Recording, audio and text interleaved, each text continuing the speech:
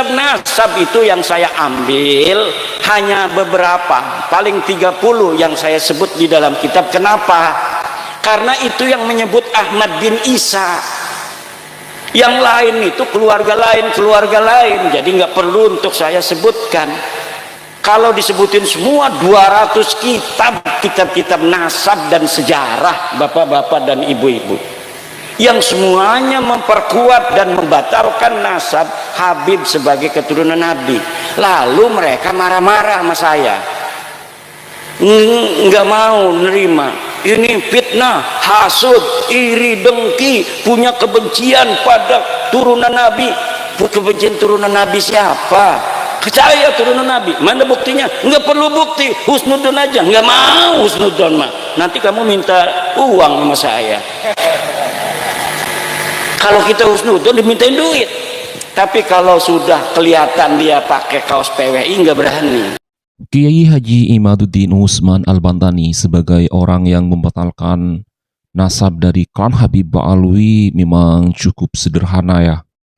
Pemikiran-pemikiran yang dituangkan dalam tesis karya ilmiahnya kini mendapatkan sorotan dari berbagai kalangan.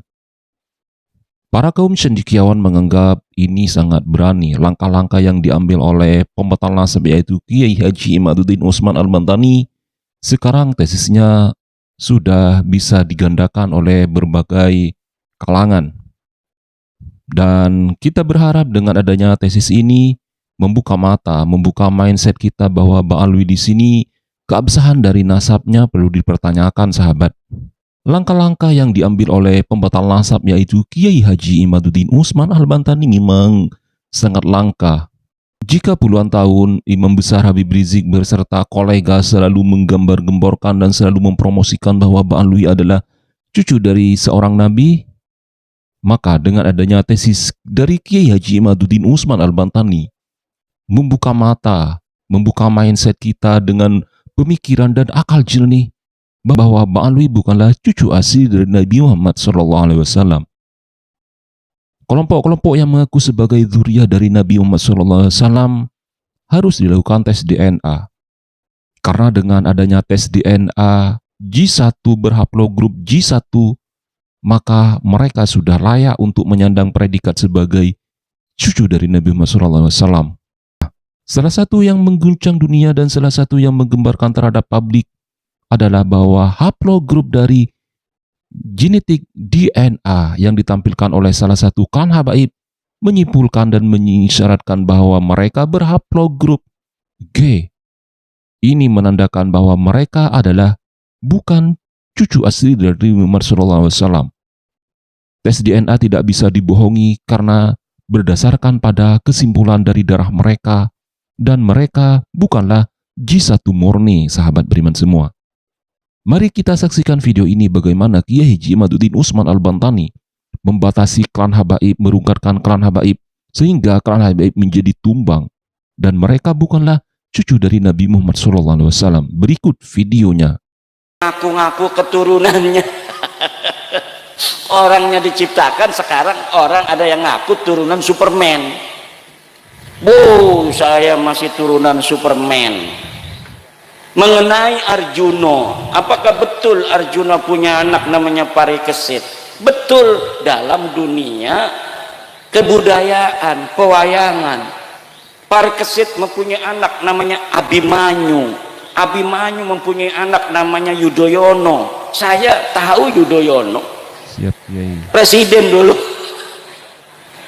Kemudian Yudhoyono punya anak namanya Grendoyono. Grendoyono nama Pramesti. Pramesti punya anak namanya Angling Dharma. Adanya di Kali Tidu. Itu legendanya. Perlu untuk bukti sezaman untuk diyakinkan bahwa betul Angling Dharma pernah ada di Kali Tidu. Fakih Muqaddam membutuhkan itu, sudah 3 tahun dicari, nggak ketemu-ketemu.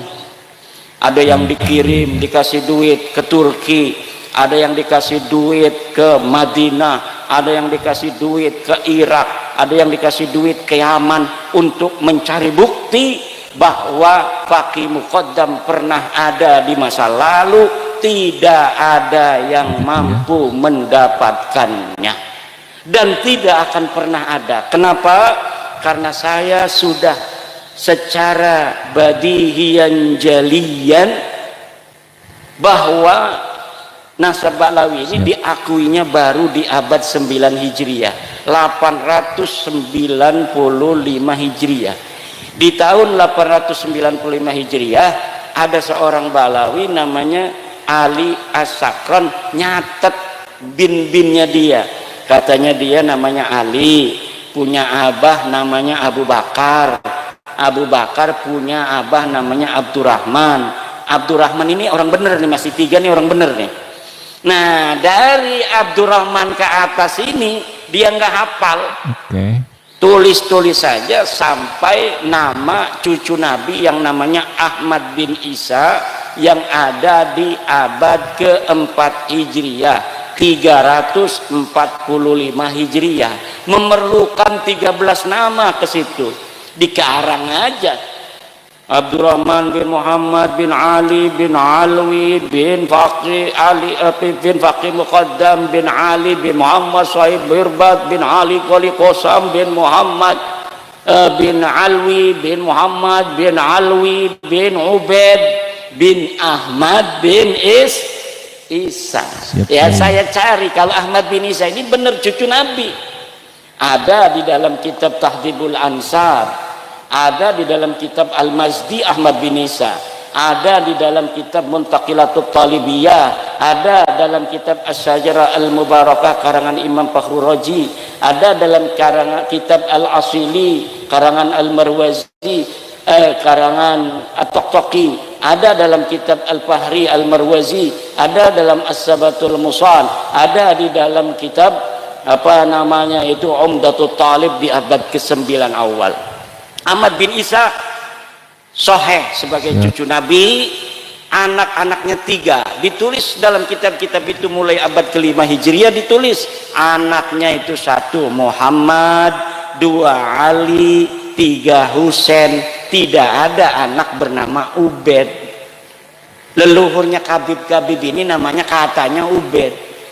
Katanya anak Ahmad bin Isa cucu Nabi. Dilihat di dalam kitab-kitab masa lalu yang hari ini masih ada dicetak. Karena kitab masa lalu itu punya Imam Syafi'i itu tahun 150 Hijriah Imam Syafi'i lahir, beliau wafat 205 Hijriah, kitabnya masih ada sampai hari ini. Begitu pula kitab-kitab nasab, banyak kitab nasab itu yang saya ambil hanya beberapa, paling 30 yang saya sebut di dalam kitab. Kenapa? Karena itu yang menyebut Ahmad bin Isa. Yang lain itu keluarga lain, jadi nggak perlu untuk saya sebutkan. Kalau disebutin semua 200 kitab nasab dan sejarah bapak-bapak dan ibu-ibu, yang semuanya memperkuat dan membatalkan nasab Habib sebagai keturunan Nabi. Lalu mereka marah-marah sama saya,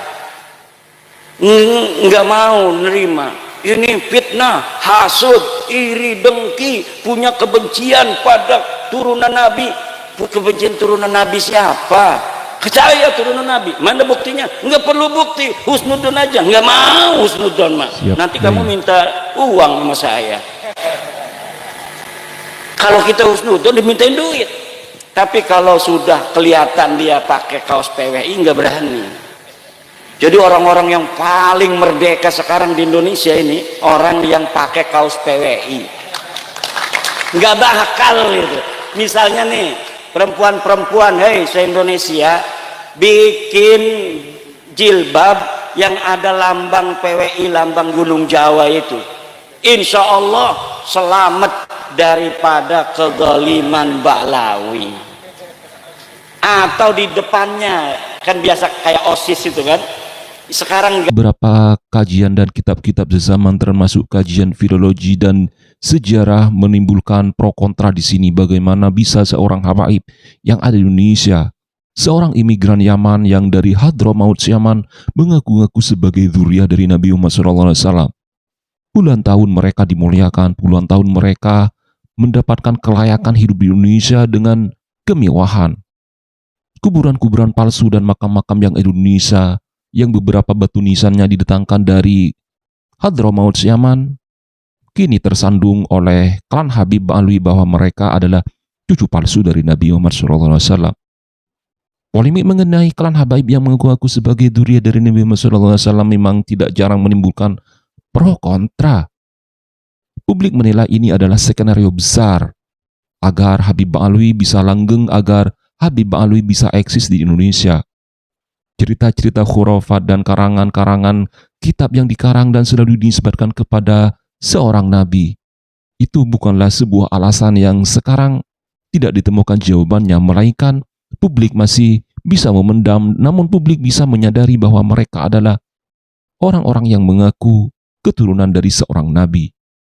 Inna lillahi wa inna ilaihi raji'un.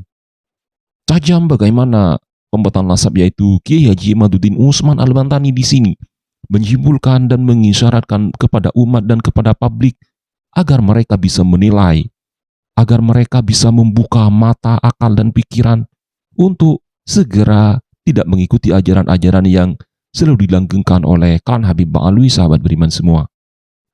Polemik-polemik yang selalu melibatkan klan Habaib termasuk pembetaan nasab yang selalu merungkatkan dan menumbangkan klan Habaib di sini selalu didukung oleh para kiai Nusantara. Wah, sangat tajam ya. Dan mari kita simak lagi videonya bagaimana Kiai Haji Imaduddin Usman menjabarkan kepada kita, menunjukkan kepada kita bukti-bukti bahwa Ba'alwi bukanlah cucu asli dari Nabi Muhammad SAW. Mari kita simak lagi videonya. Gambarnya PWI, wah selamat. Mau, kan sekarang tuh di Jepara ada kayak apa ya, kayak mania, 31 anak perempuan diperkosa sama Sapik Al-Habsyi. Habib 31 anak perempuan diperkosa. Baru tahun 2025 ini, masih beberapa hari yang lalu. Tapi sudah saya masukkan dalam kitab saya, dan kitab saya sudah dicetak kitab baru, judulnya Minhajun Nasabin fi Ibtali Nasabi Ba'lawi Al-Multasik Lil Alawiyyin. Itu bisa di-download juga, gratis download kitab saya itu. Kalau orang ngarang kitab itu nggak mau ditaruh di internet, kenapa? Nggak dapat untung. Kalau saya setiap ngarang kitab, terutama kitab nasab ini, hari itu saya tabyin, hari itu saya share gratis. Begitu. Untuk apa? Karena tujuan saya ngarang bukan cari duit. Alhamdulillah Allah sudah kasih saya rizki. Tapi untuk memberi pencerahan kepada saudara-saudara saya. Kenapa? Karena saya mantan kibin juga. Kibin semua ini, banyaknya kibin semua. Pengurus PWI ini banyaknya kibin-kibin. Pekalongan, tanya kenal saya enggak? Saya dulu kalau ngobrol di rumahnya itu ya di atas, yang ada neng nong neng nong neng nong neng nong, originnya itu. Gitu ya. Sekarang alhamdulillah bebas merdeka. Orang yang merdeka dirinya diberi kekuatan oleh Allah, tidak mudah ditipu, tidak mudah diperdaya.